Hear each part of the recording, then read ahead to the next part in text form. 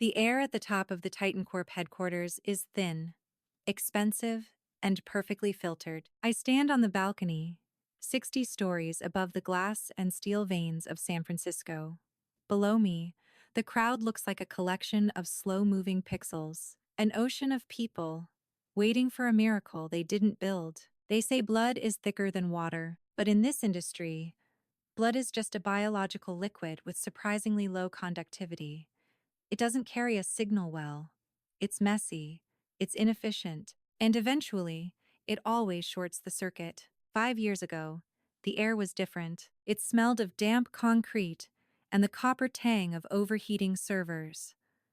I lived in the basement of our Palo Alto home, a space designed for storage, not for people. Above my head, the floorboards groaned under the weight of a celebration. My brother Leo was holding a glass of vintage champagne. I could hear the muffled roar of the crowd through the vents. To Leo Miller, the boy who tamed the machine. They were celebrating the AI I had finished coding at 4 a.m. that morning. I didn't cry. I didn't feel the urge to join them. My fingers were still moving. Tap, tap, tap, across the mechanical keyboard. The sound was rhythmic, precise. It was the only truth in that house. The basement door creaked open. My father, Richard, stepped in first. He wore a tuxedo that cost more than my entire workstation. Behind him, my mother, Caroline, draped in silk, her eyes scanning the room with a cold, predatory hunger. They didn't come to bring me a glass of champagne. They brought a stack of papers. "Sign it, Aria," Richard said. His voice was flat, stripped of any parental warmth. "It's for the family. Leo is the face of this venture. You are the back end, and the back end needs to remain invisible." I stopped typing. The silence was sudden, heavy. I looked at the top page. It wasn't just an intellectual property transfer. It was a legal certification of mental incapacity. They had used their connections to have a private doctor declare me unfit to manage my own affairs, or my own inventions. "You're making me a ghost," I said. My voice was as steady as the code I wrote. "You're stealing my mind to fund his lifestyle." "We are protecting you," Caroline snapped. She leaned over the desk, her perfume cloying and suffocating. "You're unstable, Aria. You're obsessed with these screens. You don't know how the world works. Leo does. He's the star. You're just the battery." I looked at the signature line. It was already filled. A perfect forgery of my own handwriting. I looked up at my mother. I didn't see a parent. I saw a middle manager trying to close a hostile takeover. "Tell me, Mother," I started, my eyes locking onto hers. "Did you check the legal standing of this forged signature? Did you run a risk-benefit analysis on what happens when the battery decides to stop providing power?" The slap was loud, sharp. It echoed off the concrete walls. My cheek burned, but I didn't turn my head. I didn't flinch. I simply processed the sensation. Input received. Physical aggression. Source: biological mother. Context: desperation. I blinked once. "Data recorded," I whispered. The next hour was a masterclass in efficiency. I didn't pack a suitcase. Suitcases are for people who intend to look back. I took my primary encrypted drive. I took my hardware keys. I took my dignity. Richard and Caroline had already gone back upstairs to toast to their new empire. An empire built on a foundation they had just set on fire. They thought they had won. They thought the insane daughter was handled. I stood in the center of the basement, looking at the empty chair. I didn't feel like a victim. I didn't feel like a runaway. I felt like a project that had finally reached its deployment phase. The development was over. The testing was complete. I walked out of the back door, into the cold California fog. I didn't run. I walked with the measured pace of a person who knows exactly where the finish line is, even if it's 5 years away. Behind me, the house was glowing with light and laughter. In front of me, there was only the dark, and the code never lies. The silence in my office at CISA is not empty. It is a deliberate, heavy, manufactured quiet. The walls are glass. The furniture is obsidian and steel. There are no family photos here. No sentimental clutter, just the low hum of a quantum-encrypted server and the soft blue glow of high-density monitors. In this room, I am not a ghost. I am the architect of the invisible. I tilt my head, watching the live telemetry feeds from Palo Alto.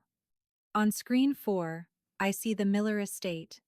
It is a chaotic temple of unearned wealth, gold-leafed ceilings, Italian marble, and loud. So incredibly loud. My mother is screaming at a caterer. My father is pouring his fourth scotch before noon. And then, there is Leo. He is sitting in the innovation lab, the high-tech playground my stolen millions built for him. He is staring at a monitor, his brow drenched in sweat. He's trying to debug a kernel panic in the AI core. He moves the cursor with a frantic, shaky incompetence. He deletes a line of logic. He pastes a block of code he found on a public forum. He looks like a child trying to perform open-heart surgery with a plastic butter knife. Leo always loved the spotlight. I whisper to the empty room. My voice is a flat line on a monitor. But he forgot the most basic rule of ballistics. The spotlight is exactly what makes a target the easiest to hit. The torture is not physical. Physical pain is fleeting. It's an impulse that the brain eventually numbs. Intellectual terror, however, is a slow-burning acid. I don't crash his system. That would be too merciful. Instead, I introduce latency, a 3-second delay in response time, a flicker in the UI, a ghost variable that appears in the logs and then vanishes before he can capture it. I am gaslighting him through his own hardware. On screen 6, the financial data drifts in. The Millers are bleeding. The $50 million from Titan Corp is vanishing into bad investments, offshore accounts, and the sheer, gluttonous overhead of their vanity. Richard and Caroline are no longer toasting to their success. They are arguing in the kitchen. I watch them through a compromised security camera. Caroline is throwing a crystal vase. Richard is clutching a pile of overdue tax notices. I observe their disintegration with the clinical detachment of an economist watching a speculative bubble burst. Their collapse isn't a tragedy, it's a mathematical certainty. They built their house on a stolen algorithm. And I am the one who owns the math. The compression reaches its limit on a Tuesday. The Titan Corp deal is stalling.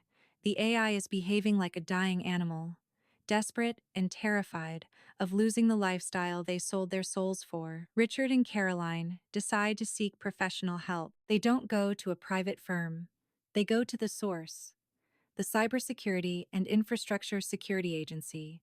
They want a government-level audit to fix the hackers they think are attacking them. They have no idea that the hacker is the one who signs the audit reports. I stand in the CISA lobby, a cathedral of white marble and federal authority. The double doors swing open. They walk in. They look smaller than I remember. Richard's suit is wrinkled. Caroline's makeup is a mask of exhaustion. They are frantic, loud, out of place in this temple of discipline. They walk directly toward the elevators. I am standing 10 feet away, holding a tablet, wearing a tailored charcoal suit that costs more than their remaining dignity. I don't turn away.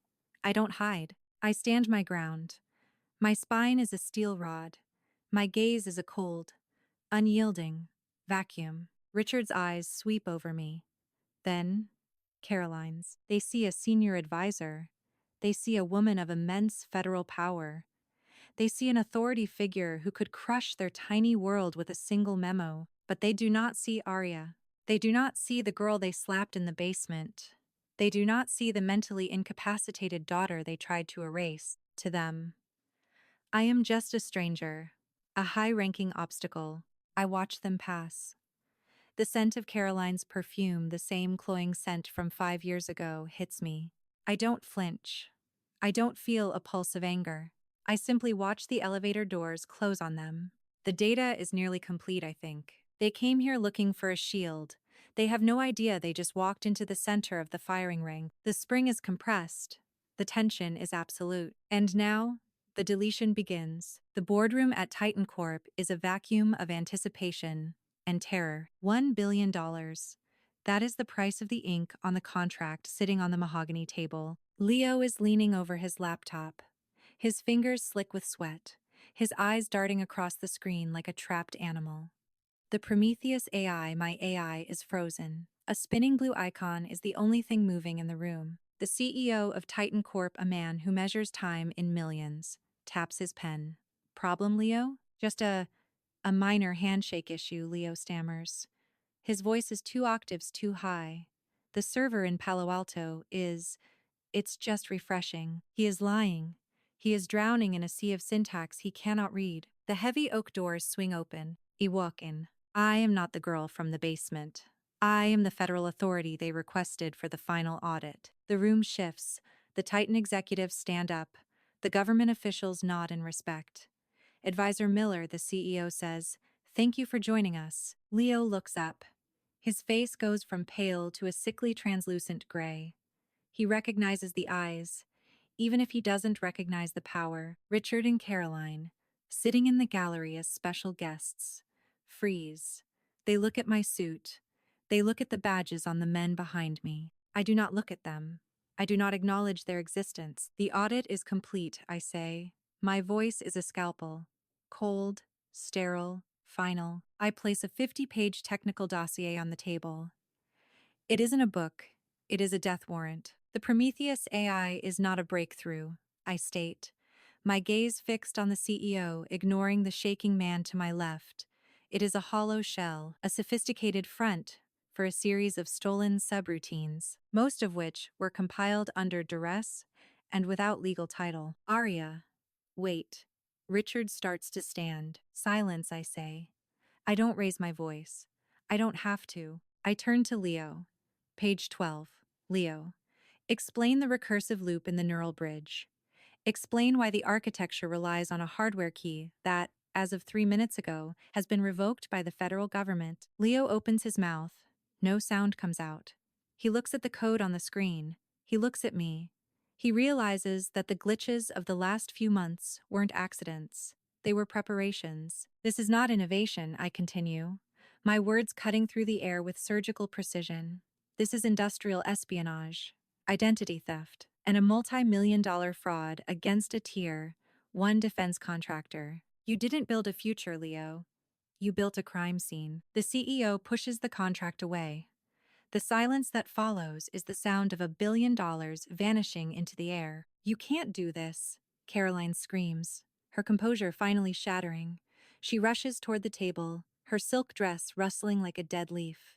We are your parents. We gave you everything. We authorized this. We are the legal guardians. You were the guardians of a lie, I reply. I reach out and tap a single key on my tablet. Under the Federal Technology Fraud and Corruption Act, and in conjunction with the CISA Directive on National Infrastructure Security, all assets tied to the Prometheus project are hereby seized. This includes the Palo Alto estate, the offshore holdings, every cent of the Titan Corp advance. Richard's face crumples. Aria, please. We'll lose the house. We have nowhere to go. You're our daughter. I look at him.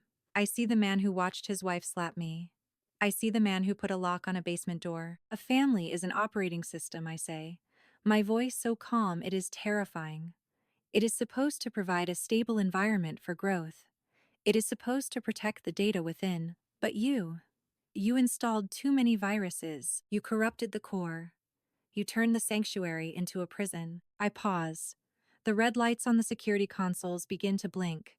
The deletion of their life is progressing at the speed of light. I am not destroying you, I whisper. I am simply performing a long overdue format. The lobby of the Titan building is a spectacle of public ruin. Leo is led out in handcuffs. He isn't a Doangxnian anymore. He is just a confused, broken boy who never learned how to code. Richard and Caroline are standing by the revolving doors. Security has already confiscated their badges. Their designer luggage is being searched. They are standing in the middle of San Francisco with nothing but the clothes on their backs and the shame in their eyes. They try to catch my eye. As I walk toward my black government SUV, I walk past them. I don't feel a surge of triumph. I don't feel a drop of pity. I feel the way a programmer feels when they finally delete a corrupted file that has been slowing down the system for years. Lighter. I get into the back seat. The door closes with a heavy, muffled thud. The world outside becomes a silent movie. I open my laptop. I watch the final line of code on the Palo Alto server execute. System. empty, status, success. An hour later, I am sitting in a small, quiet cafe in a part of the city where no one knows the name Miller. The table is bare except for a cup of black coffee and a worn copy of Meditations by Marcus Aurelius. The rain begins to tap against the window. My phone, sitting on the wood, begins to vibrate. Mom, calling. I watch it. I think about the basement. I think about the smell of concrete. I think about the slap. The phone continues to buzz, dancing slightly across the table. I don't turn it off. I don't reject the call. I simply watch it, my expression unreadable, my mind at peace. I let it ring until the vibration stops, until the screen goes dark, until the world returns to its natural state of equilibrium. I pick up my book. I turn to the next page. Silence. I whisper to the steam rising from my cup. Silence is the only code they can never, ever crack.